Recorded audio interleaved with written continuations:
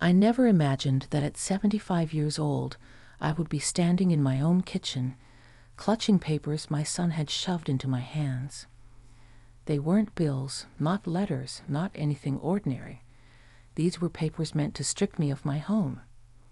My son, Michael, looked me in the eyes with a coldness that cut me deeper than any knife. "Mom," he said flatly, "sign the papers and leave. The house isn't yours anymore. Dad's gone. You have no claim." For a moment, my breath stopped. My son, my only child, was evicting me. Anger rose in me like fire in dry grass, quick, consuming, impossible to put out once it caught hold. I had never felt anything like it in all my 75 years, not even when I buried my husband, not even when I was left alone to raise a child on pennies, stretched too thin. This was different. This was betrayal, deep, cutting, unthinkable. And the one delivering the blow was the very person I once thought would guard me when the world grew cruel, my son. How dare he? Did he forget? Did he forget the nights I walked to the hospital in the snow because we couldn't afford a car and I needed every dollar for his school supplies? Did he forget how many times I patched up his shoes with tape, pretending it was a game, while secretly starving myself so he would never go hungry? Did he forget the long hours I stood on my aching feet in a diner, pouring coffee for strangers while my heart ached to be home, just so he could grow up believing we were no different than anyone else? No mother should ever have to remind her child of the sacrifices she made just to keep him safe, clothed, and fed. Those things should be carried in his bones, etched in his memory, honored in the quiet way he treats her when she is old and tired. But Michael, my Michael, looked at me as though I was in his way, as though I was some stubborn old woman clinging to a past he wanted erased. "Sign the papers and leave," he had said. Those words didn't just fall from his lips. They struck like stones against my chest. The house wasn't just walls and wood. It was the echo of his first laugh, the sound of his feet pounding up the stairs, the scent of his father's cologne drifting down the hall. And now my own son was ready to sell it like it was nothing more than a check to cash. I could hardly believe what I was hearing when he spoke about moving forward. Moving forward from what? From me? From the years of love and care that had shaped him into the man he was. When he said he needed the money, his eyes darted away from mine, like a boy caught stealing cookies from the jar. That small flicker of shame told me everything I needed to know. There was something more, something he wasn't saying. Later I would learn about the debts, about the woman whispering in his ear, urging him to act quickly. But in that moment, I didn't know all the details. I only knew one thing. My son had turned against me. The rage inside me wasn't the kind that made you shout or throw things. No, it was deeper, darker, steadier. It was the kind of anger that fills your bones and makes your hands tremble even when you sit perfectly still. I remember gripping the edge of the kitchen table, my knuckles white, as I stared at the stack of papers he had left for me. His handwriting was scrawled across the sticky notes he had attached. "Sign here, Mom. Don't make this harder than it needs to be." Harder? He had no idea what hard was.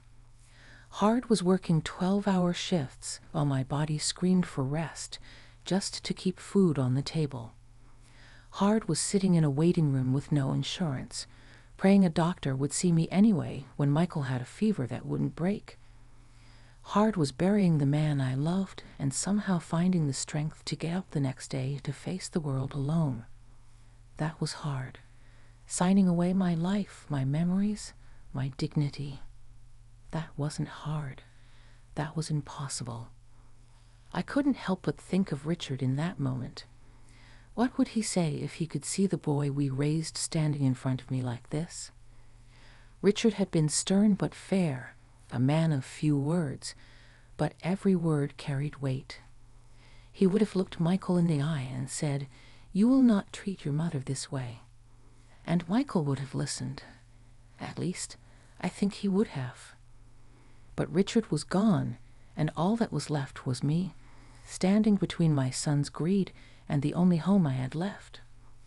The house creaked around me as I sat in silence, fury burning in my chest. It was as if the walls themselves were listening, remembering. The staircase where Michael once left his toy cars scattered, the kitchen where I cooked him birthday cakes with barely enough sugar, the yard where Richard taught him how to throw a ball. All of it surrounded me, reminding me that this wasn't just a property to be sold. It was a testament to a life lived with love, sacrifice, and devotion. And yet my son couldn't see it, or maybe he refused to. Maybe the weight of his debts blinded him. Maybe the voice of that woman who wanted quick money drowned out the voice of reason, of conscience, of blood. But excuses didn't matter. What mattered was that he had stood there, flesh of my flesh, and told me to get out. I wanted to scream, to shake him, to ask him where his heart had gone, but I didn't. Instead, I sat with my anger, letting it root itself deep.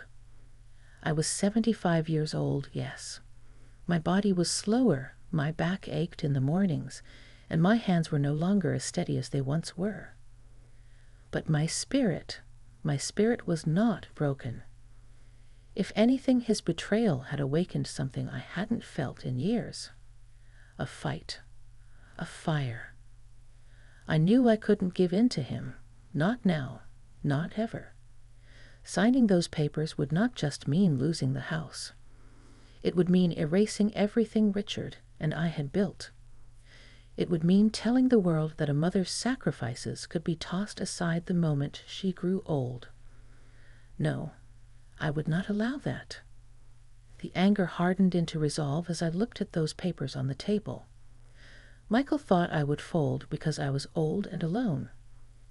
He thought my silence meant weakness, but he was wrong.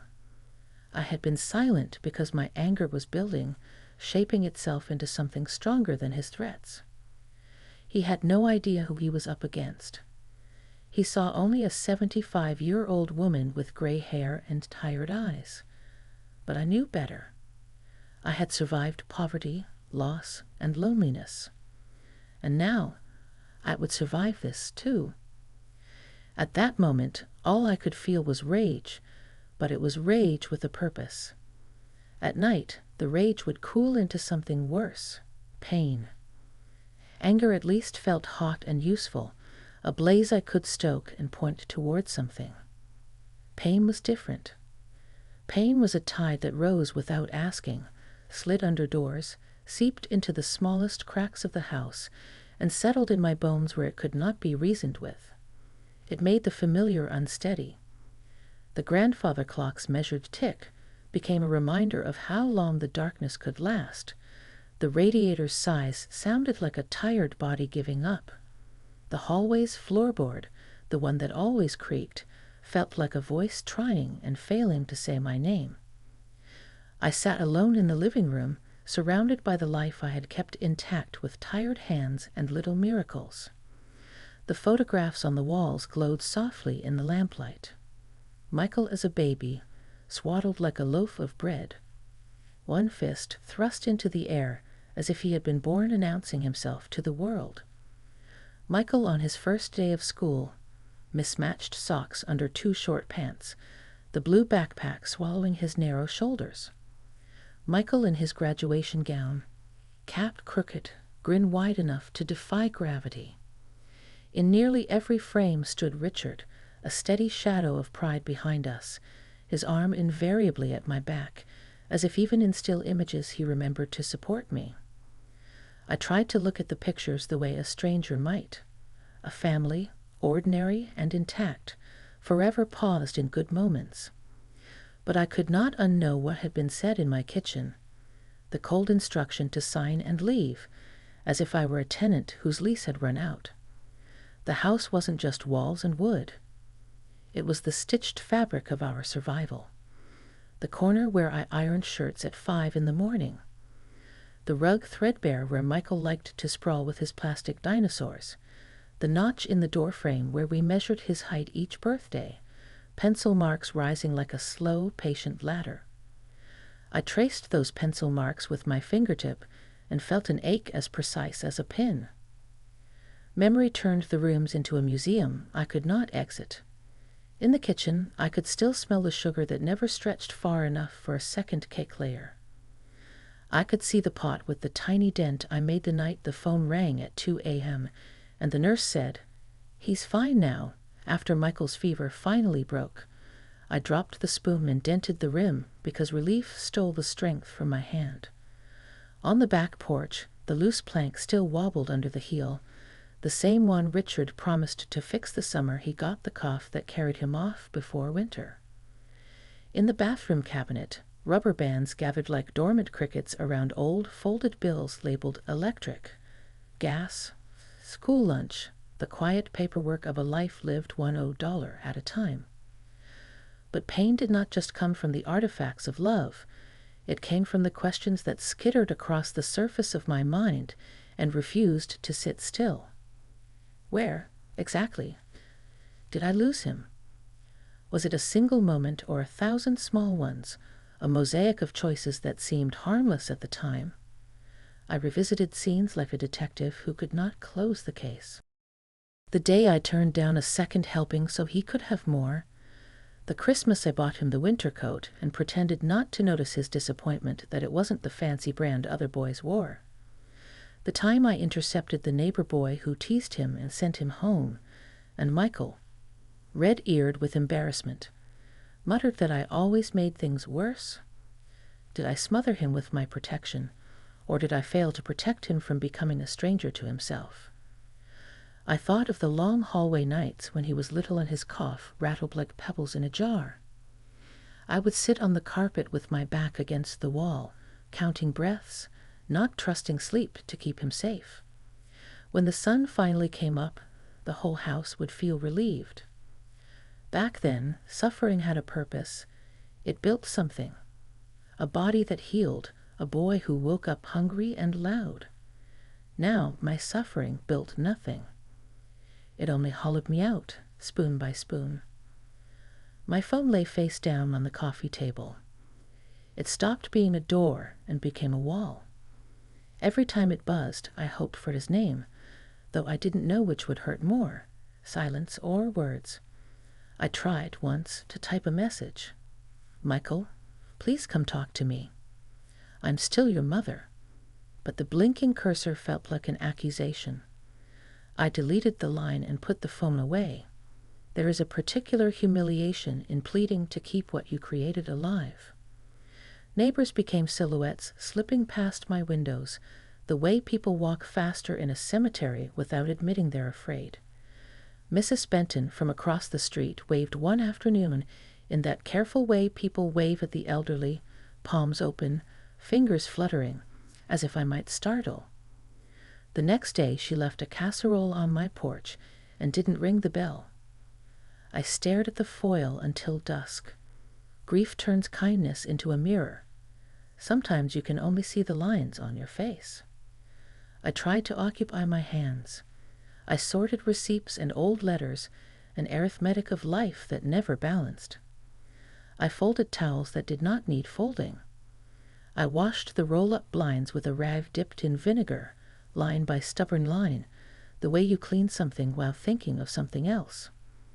When I ran out of chores, I walked the rooms like a night watchman, touching the edges of things to prove they still existed. In Michael's old room, the air still held that dusty sweetness of old trophies and forgotten books. His little league cap, sun-bleached to a softer blue, hung on the bedpost. I pressed it to my chest and found, buried in the fabric, a faint ghost of cut grass. It is a strange thing to grieve someone who is still alive. I grieved the boy who ran to the door when he heard my keys, the teenager who lay face down on his pillow after his first heartbreak and let me card my fingers through his hair until he slept, the young man who called from the highway on his first solo drive, his voice bright with the reckless courage of 20. I tried to graft those memories onto the man who stood in my kitchen and said leave. The pieces refused the glue. At night I talked to Richard in the quiet way you talk to the dead, not expecting answers, hoping for courage. Did we do enough? I asked the dark, which withheld judgment like a good judge should. Did we feed the right wolf in him? Sometimes I pictured Richard's hands, square, scared from decades of stubborn repairs, cup in mine to keep them warm. Other times I pictured his disappointment and could not bear it because it felt too close to my own. My body registered what my mind tried to manage. Food sat wrong. Tea cooled untouched. Sleep arrived like a stranger, sudden and brief, then left before I could say thank you. In the mirror, I recognized my mother's eyes, tired, rimmed with red, stubbornly watchful. I have long believed the body keeps score. The ache in my back indexed the years of double shifts. The knot between my shoulders catalogued unspoken worries. The tightness in my throat recorded the words I couldn't say without begging. Pain took inventory and found no empty shells. I looked down sometimes and realized my hands were clenched, fingernails biting crescents into my palms. Release, I would tell them, the way I used to coax open Michael's baby fist when he fell asleep gripping a toy car. Open. Breathe. Be kind to yourself. But my hands, traitorous, curled again, as if trying to hold onto what could not be held. I learned the house by night as I had once known it by day. I learned the cadence of cars passing and the precise moment the streetlight outside flickered from gold to a harsher white. I learned the bird that nested under the eaves and scraped its claws at 4 a.m., a tiny metronome counting down a morning that refused to arrive. I learned which step on the staircase my weight could avoid to keep it quiet, though sometimes I surprised myself on purpose, wanting the sound, wanting proof that I still took up space here. The worst part wasn't losing the home. A home can be rebuilt or replaced or remembered into something softer than it was. The worst part was losing Michael, the boy I had raised, the son I had protected from the world. Pain pressed this truth into me until it became a bruise I did not want touched. Money had sunk its teeth into him, yes, and maybe pride, and certainly fear. But beneath all that, there was something like amnesia.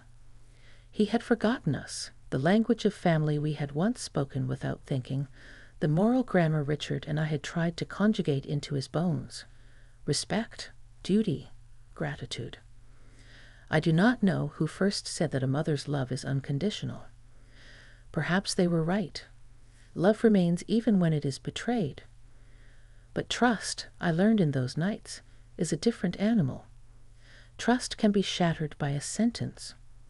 Trust can watch its reflection fall and know there is no glue fine enough to mend it without the crack showing. I stared at the photographs on the wall and put my palm flat against the glass, framing Michael's face the way I used to frame it with my hands when he cried as a child. Through the cool pain I could almost feel the heat of his childhood, that brief, holy time when my presence was enough. The pain did not leave when the lamp went off. It followed me into the dark bedroom and lay down beside me like an unwelcome but faithful dog. I turned onto my side and faced the empty half of the bed, the dip where Richard once slept, and listened to the house breathe. Somewhere a pipe ticked as it cooled. Somewhere the wind found a hairline crack and insisted through it. I counted out my breaths, not to sleep, but to remind myself I still knew how. I did not make plans. I did not rehearse speeches. I did not assemble arguments. Those belonged to some future hour I could not yet bear. In these nights there was only the ache of what had been said and what it had broken. I let the pain name each loss one by one, and tried not to look away. One night, as I sat at Richard's old desk, I remembered something. Years ago, he had tucked a folder into the locked drawer. "One day, Jess," he told me softly, "if the world turns on you, you'll need this." The desk lamp spread a small, stubborn circle of light across the oak top, turning the dust motes into slow, deliberate snow. The drawer's brass pull was cool under my fingers. I hadn't opened that lock since the week after the funeral. It felt like a sealed room inside the house, air saved for another time. The key, I remembered, was taped beneath the third drawer, a trick Richard used to make himself laugh. Thieves never look where old men hide things, he'd say, pleased with his own mischief. My hands worked slowly, the tape giving with a soft sigh, and the key slid into my palm like a coin from a magic trick we'd practiced too many times to be surprised by. The lock protested, then yielded. The drawer rolled out on tired runners, the smell of paper and cedar lining rising at me. And there it was, a manila folder, slightly bowed from years of waiting. On the tab, in Richard's careful block letters, he had written, Hauus. No flourish, no drama, just the word that meant life to us. I set the folder onto the blotter and rested my fingers on it for a moment, breathing as if steadiness could be absorbed through my skin. My hands trembled as I opened it. Inside was his will, his last words in writing. The title at the top, Last Will and Testament of Richard Harper, sat as solid as a headstone. Beneath it, the date, written in that winter when the cough first kept him home from work. I ran my thumb along the edge of the paper, feeling where the notary's raised seal made a small hill under the surface, the way the signatures left grooves you could find with your eyes closed. 2 witnesses, names I recognized from the church, had written with the same solemn hands they used to pass the offering plate. Richard's signature was steady, not yet tugged by illness. He had been well enough then to plan for a world without himself in it. I read line by line, the way you trace a shoreline with your feet, unwilling to miss the feel of any curve. Simple bequests, small legacies that felt like him. A battered toolbox to Michael, the wind-up watch to the nephew who loved it as a boy, the collection of jazz records to a friend who still had the patience to flip vinyl. And then the clause that found me like a lighthouse through fog, clear, unsentimental, legally neat, the house in full for my lifetime. The ink might as well have been a hand on my back, steadying me. It said clearly that I had lifetime ownership of the house. The words blurred as tears filled my eyes. For Jessica, so she will always have a home. There are tears that burn and tears that cool. These cooled me the way shade arrives all at once when a cloud crosses the sun. I pressed my lips to the page, not to the law, but to the man inside it, and whispered, "Thank you." I could almost hear him answer in that dry way of his, "Well, Jess, you didn't think I was going to leave things messy, did you?" Even in memory he was tidy, the sort who stacked wood so straight the winter wind could not argue with it. I turned the page and found copies. Richard always made copies, each stamped, each initialed, each with the same careful handwriting affirming that what was true once would remain true if a branch tore one page away. Behind the will lay a plastic sleeve holding the deed, the mortgage release we had celebrated with a cheap bottle of sparkling wine at the kitchen table, and a note in Richard's hand that said, "Keep taxes current, keep insurance quiet, keep this folder close." Practical love, itemized. Relief did not fall on me like a blanket. It lit me like a pilot light catching. I felt it first in my shoulders, which loosened without my permission. My jaw unclenched. The room, which had been a narrow cell for weeks, exhaled and grew a size larger. The radiator hissed, but it no longer sounded like a tired man. It sounded like heat doing its job. The old clock ticked toward something other than dread. I took out my notebook, the one with the marbled cover Michael used in 10th grade for biology, and began to make a list. The act of writing steadied me, each letter a rung on a ladder back to myself. Will, original plus copies, notarized. Deed, copy. Mortgage release, copy. Tax receipts, last 10 years, in blue envelope, insurance policy, hall closet box.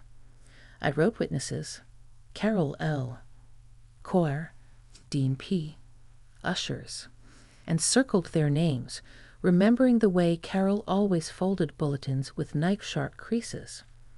I added notary, Evelyn's, library desk. Evelyn wore brooches shaped like birds and loved rules the way a gardener loves a fence. I slid the documents into plastic sleeves, 2 to a page, the way I used to tuck report cards into a binder so they wouldn't wrinkle. I labeled the tab on the manila folder with a date, and under it, in small letters, for Jessica. Not because I needed to be reminded who I was, but because seeing my own name in his hand steadied the ground under me. Hope did not erase the hurt. It did something quieter and braver. It made a place for it. The anger and the pain sat down in a room that now had a door and a window. I could breathe. I could think without my thoughts galloping away from me.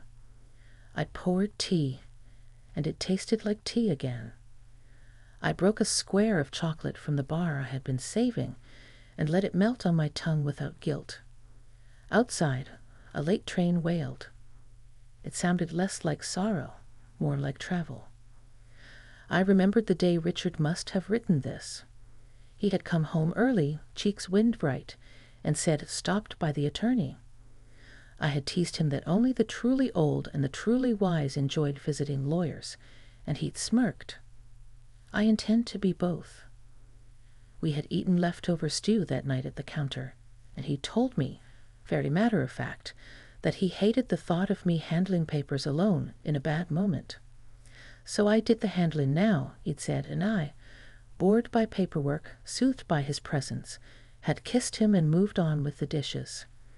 How easily we dismiss the scaffolding others build for us, because it is not charming.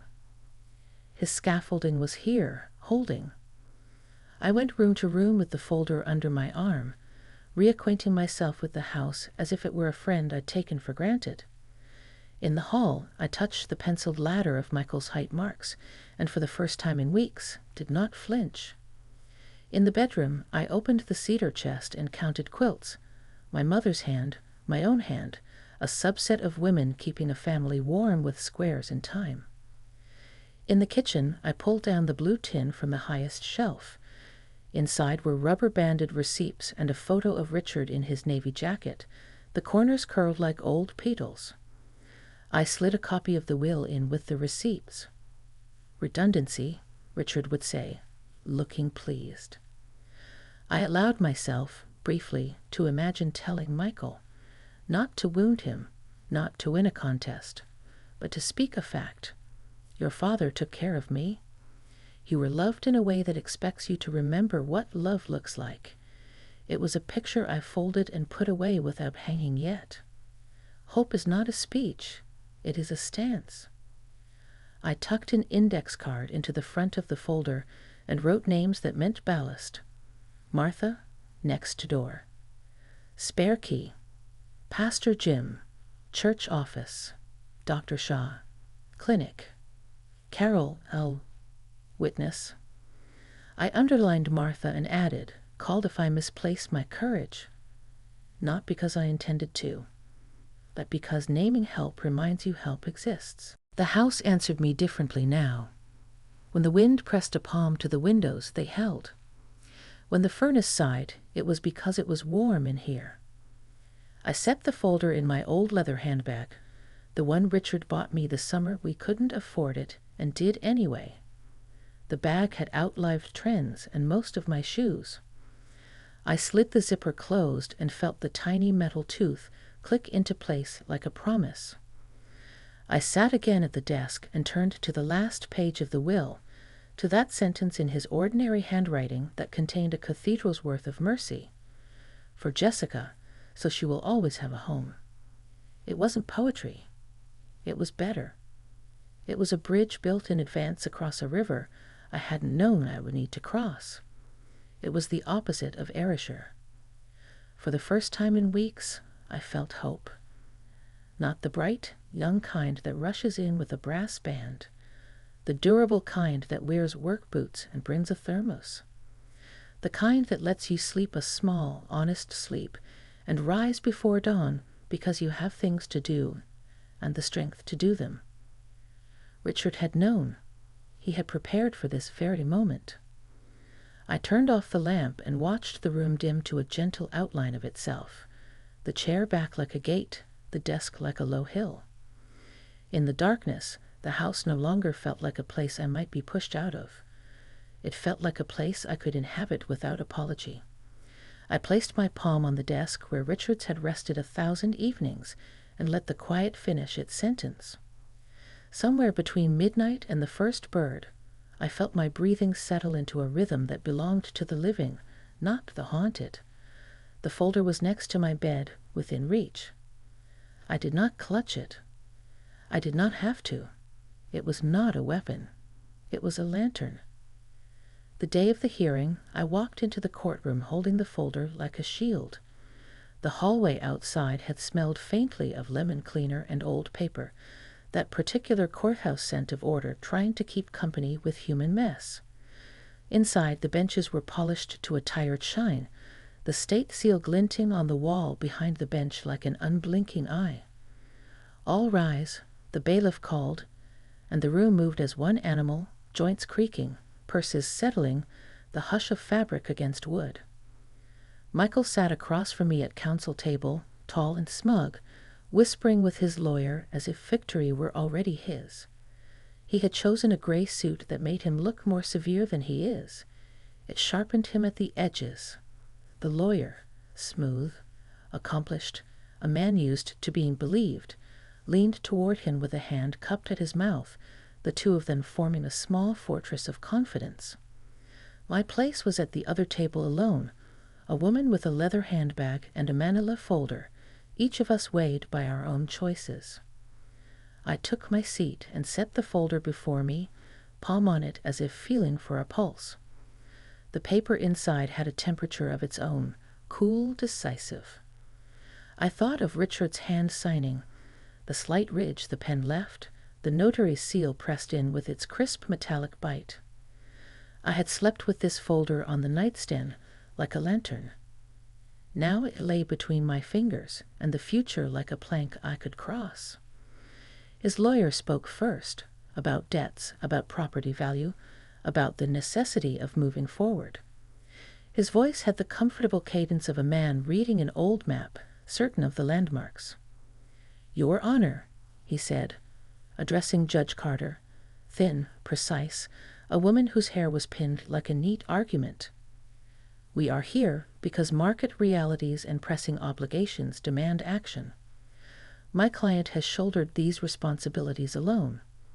He asks for the court's assistance in clearing title so that the property can be properly leveraged to address outstanding liabilities." He said leveraged as if the word itself could lift the house off its foundation and float it toward a bank. He talked about assessed value, about comparables down the block, about the asset underutilized by an elderly occupant, a phrase that touched my skin like cold steel. He laid out numbers with a flourish, lining them like chess pieces, and then, like a man offering a shortcut through a field he does not own, he gestured toward me without looking in my direction. "We don't question Mrs. Harper's decades of residence," he said, managing to sound sympathetic and dismissive at once. "But the present requires practicality. It requires courage to make difficult decisions." Courage, I thought, and felt my jaw notch into place. The courage to evict your mother. How modern we have become. The judge took notes. She did not nod. She did not sigh. Her pen moved with a restraint that said she had heard versions of this story, enough to know that facts, not theater, would carry the day. When the lawyer concluded, the hush returned, filled with the tap of a reporter's keyboard somewhere behind me and the soft thud of my own heart. Then the judge turned to me. "Mrs. Harper," she said, her voice even, "you may proceed." My hands shook, but my voice was steady. I stood, the folder in my grasp a living thing. I had practiced the motion of opening it so many times that the hinges obeyed without squeak. I took out the original, Richard's will, and held it for a moment so the embossed seal caught the light, not for drama, but because the truth should be seen. I walked the few steps that separate a person's fear from a judge's bench, and in that narrow aisle I felt, all at once, every stair I had climbed for him, every fever I had kept, every bill I had paid in small, faithful sums. I placed the will on the clerk's tray. "This was my husband's final wish," I said. "He gave me this home until the end of my life. His signature is right there." "Thank you," Judge Carter said. She did not look at me when she said it, but at the paper, which was as it should be. Emotion can change a person. It cannot amend a deed. The clerk brought the will up. The judge unfolded it with the tenderness of someone used to the fragility of law when it meets grief. She read silently. The room grew still. Time lengthened the way it does when you wait for news in a hospital corridor. The fluorescent lights hummed their endless hymn. Somewhere, a radiator ticked. I could hear the soft, dampened cough of a man in the back row, and the crisp scratch of the judge's pen as she underlined a clause. I made myself breathe slowly, counting the inhales like stitches. 1, 2, 3, tie off. Across from me, the lawyer's mouth pinched, then smoothed. His eyes flicked to his notes, then back to the bench. I watched Michael instead of the judge. His confidence had not yet deserted him, but a new thing had entered his face. A narrow furrow between the brows, an unwilling student noticing that the lesson he has prepared for is not the one being taught. He folded and unfolded the edge of a legal pad. He coughed into his fist, though he was not ill. When the judge turned a page, he flinched like a man hearing his name in a list he didn't expect to be on. Judge Carter looked up. "Mrs. Harper," she said, "how long have you resided at this address?" 52 years, I answered. "We moved in the spring after Michael was born." She glanced at the will again.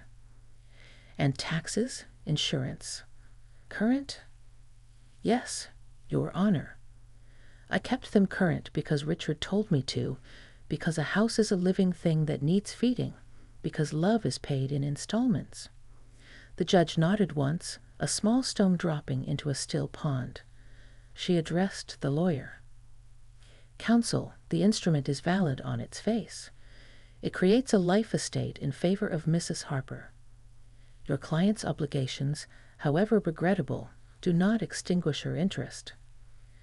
"Your Honor," the lawyer began, the clean sail of his confidence catching a crosswind, "we would submit that equitable considerations—" "Equity," Judge Carter said, and her voice, sharpened by a degree, runs both ways. She turned the will around and tapped a paragraph with her pen. "A decedent's intent is not a suggestion. It is the lighthouse by which this court navigates." She looked past him then, out into the room, not at me so much as at the idea of me, of any person who had spent a lifetime turning wages into walls, conversations into a kitchen, grief into a garden. "There is a distinction," she continued, "between convenience and justice." It was only then that I saw it, Michael's face turning pale, his arrogance crumbling, the blood retreating from his cheeks as if recalled by a tide. For a fraction of a second, I recognized my boy in the man. The same frightened widening of the eyes that used to come when he realized he had done wrong and could not charm his way free. The memory did not soften me. It steadied me. Love does not require surrender. The judge set the will down, aligned its corners with the precision of a seamstress matching patterns, and lifted her gavel. The wood looked worn smooth where other days, other stories had met their measured end. "This property," she said, and the room leaned forward as if the air itself wanted to hear, "remains in the possession of Mrs. Jessica Harper." Case dismissed. The gavel struck. One clean syllable of wood on wood, a full stop at the end of a long, halting sentence. Sound broke over us and then dissolved into a hush that felt almost like prayer. The bailiff called the next case. Voices resumed, benches groaned, papers shuffled. But for me, a bright corridor opened inside the noise, a straight line from Richard's careful hand to my own small, shaking one. I stood very still. Triumph did not roar. It clarified. It was the taste of cold water after drought, the untying of a knot that had lived too long at the base of the throat. I reached for the will when the clerk returned it, and the paper met my fingertips like a vow renewed. I slid it back into its sleeve, then back into the folder, the way a person returns a relic to its reliquary. I did not look at Michael as I sat. I did not search his face for apology or rage. Those belonged to another hour, a different reckoning. What belonged to this one was the clean architecture of law aligning with love, the simple fact of a home held in trust by a sentence a good man put on paper because he knew the world and protected me from it. I closed the folder. My hands were no longer shaking. "Next matter," the judge said. Somewhere near the back, the door opened and closed with a soft, respectful thud, the sound a house makes when you come home and the latch catches right the first time. I walked out of the courtroom not as a defeated old woman, but as a mother who had reclaimed her dignity. The corridor outside held the cool, waxed hush of public buildings, footsteps, a paper's soft crackle, the distant elevator bell. I kept my eyes forward and my pace measured, the folder tucked against my ribs where I could feel its steady weight. I didn't look at Michael as he slumped in silence. Perhaps his shame was punishment enough. I did not need to witness it to know what it felt like. A mother learns to recognize the temperature of her child's regret the way she recognizes a fever, by the change in the air around him. At the glass doors, sunlight lay in warm rectangles on the floor. I stepped through and let the day take me in. The wind lifted wisps of hair from my forehead and smelled faintly of hot sidewalks and cut grass.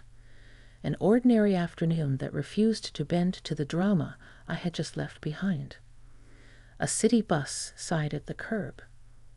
A boy in a red t-shirt hustled past with a skateboard under his arm. A woman held a toddler's hand and pointed at nothing in particular, just to keep her child delighted. Life carried on with its stubborn democratic rhythm, and I, 75 and still upright, joined it. The courthouse steps were broad, meant for photographs of victories and quiet exits after defeats. I took them carefully, one at a time, the way you go down a ladder you are finished with, thankful for its usefulness, grateful to be on the ground again. I paused at the bottom not to catch my breath, but to take inventory of it. Breath in, breath out, no longer snagging on that knot at the base of my throat. The folder pressed against my side like a kept promise. Triumph did not make me lighter. It made me steadier. I walked to the bus stop and sat on the metal bench, the late sun warming the slats through my skirt.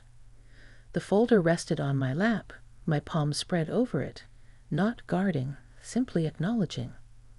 I looked at the veins in my hand, blue rivers under thin skin, and thought of all the things those hands had done.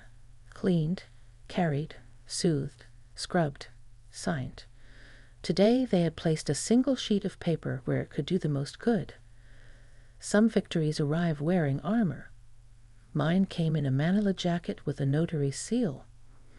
On the ride home, people boarded with grocery bags, briefcases, a bouquet of yellow mums wrapped in paper. I loved them all in a passing, human way for not knowing me, for letting me be one more citizen among them. I watched the streets unwind, storefronts I knew, the barber's striped pole twirling its red and white certainty, a string of flags outside the hardware store snapping at nothing. The bus pulled at each stop as if tugged by an invisible thread, and I thought, this is how survival works. One stop, then the next. You hold on, you stand when the time comes, You sit when it's sensible, you thank the driver, and you make your way down the steps. I let myself into the house with the old brass key. The latch caught with that faithful little click I have listened for my entire adult life. Cool shade gathered in the entryway. The faint, clean smell of lemon oil rose from the credenza where I polish the wood on Saturdays. I set the folder on the hall table and stood still, the way you do in a church when the last note has rung and the silence feels full instead of empty. A dove cooed somewhere beyond the kitchen window. The refrigerator's motor hummed its domestic prayer. If a house can greet you, mine did, not with fanfare but with the return of its ordinary sounds. That evening I sat on the porch, watching the sunset over the oak trees Richard planted decades ago. He had been young enough then to believe in shade he would not stand under. I remember the day the saplings arrived, two skinny things tied with twine, their roots wound in burlap like swaddled feet. He dug the holes until the soil turned up in dark, damp slices, set each tree as if placing a child in bed, tamped the dirt with the flat of his shovel, and watered until the ground drank and sighed. We joked that the trees would outlive us and take the sky with them. They did. Tonight their leaves ferried light in small, patient flashes, gold to green to gold again, a language of wind and time. The will lay beside me on the porch table, but I didn't need to read it again. It had done its work. I knew in my heart I was home, and no one would ever take that from me. I poured tea into my favorite chipped cup and did not mind the chip. It is a place where the world has tried and failed to erase a thing I love. The steam rose, tasting faintly of mint from the sprig I bruised against my palm. Across the street, Mrs. Benton watered her flower boxes with the hose set to a gentle rain. She lifted her chin at me, a neighbor's benediction, and I lifted mine back. We did not need words. The day had spoken loudly enough. At 75, I learned a powerful truth. Even in betrayal, even in heartbreak, I was stronger than I ever believed. Strength is not a shout. It is a spine that will not sway though your knees shake. It is the ability to count your own breaths and decide they belong to you. It is a soft refusal. No, I will not vanish from the rooms where my life took place. The world often mistakes softness for surrender.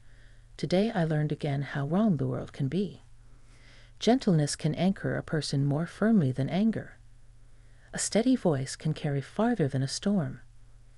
I touched the arm of the porch chair, smoothed by 1,000 evenings, and thought of the ledger of my days. The credits and debits are not financial. They are measured in dinners cooked, in fevers watched, in bills paid on time, in windows washed on the first warm day of spring.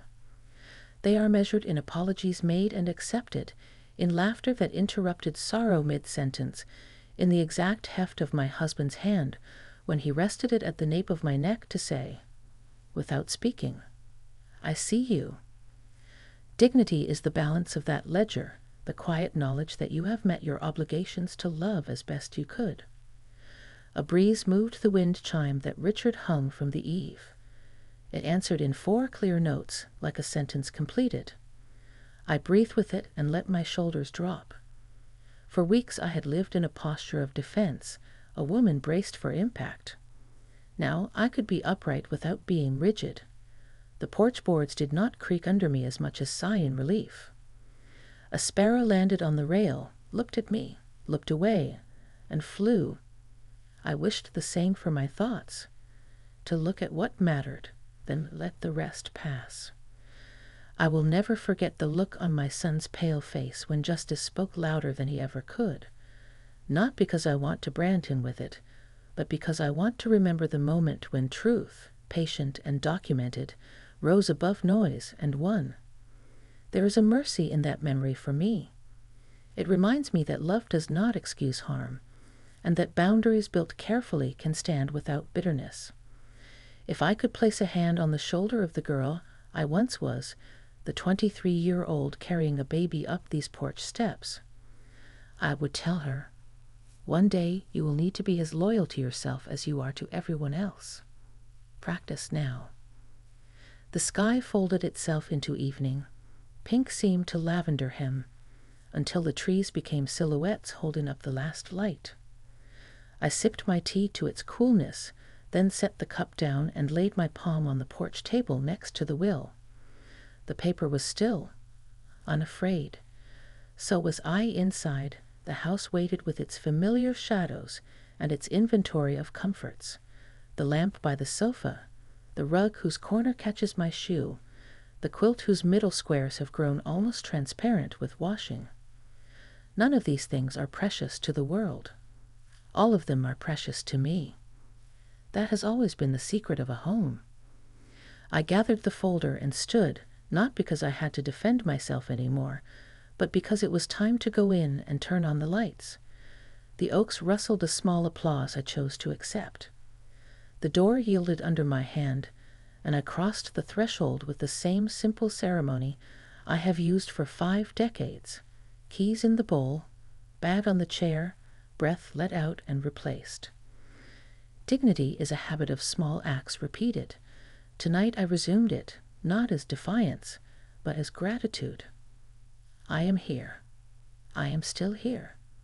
And the rooms agree.